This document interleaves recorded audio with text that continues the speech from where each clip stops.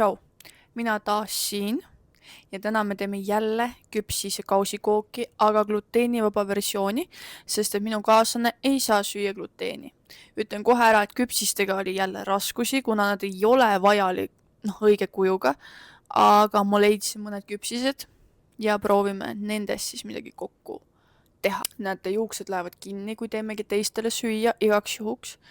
Kuigi ma ostsin just anti-hair fall šampooni, aga no kuule, juuksed nagu nii-öelda ka vahetavad, okei, see selleks. Nii, aga mul on selline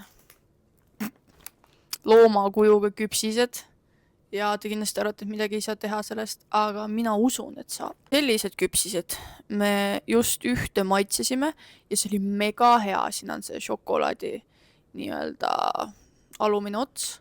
Kahju on neid tegelikult panna sinna põhja, aga peab. Gluteenivabad, muidugi sojavabad ka. Kohvi on meil siin valmis. Küpsised. Ja mingid sellised küpsised. Me korra küpsiku ära ka. Maitsub nagu hernes. See võib välja paista tobe, aga näete, esimene kiht olemas. Isegi mingi loomakujukeste küpsistega. Siin on kreeka jogurt, toorkakao, kokospalmi suhkur. Näete, esimene kiht olemas. Nii, teine kiht. Teine kiht. Panin ühe kihi moosi. Nüüd lähevad need küpsised. Ütleme, neid kahju oli neid siia panna, kuna need olid üksinda juba nii head. Järgmine kiht olemas. Nüüd vist peaks tulema, jah, rohkem kihte ei tule. Või üks küpsise kiht tuleb veel.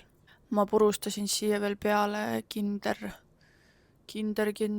mingi kinder šokolaadi, kus sees ei ole seda gluteeni ja siis ka veel banaani. Nii, selline näeb see tort välja või kook ja see on täiesti gluteenivaba ja läheb nüüd kappi ja pärast seda degusteerimisele. Te kindlasti tahate teada, mis on sellise tordi kaloraaž.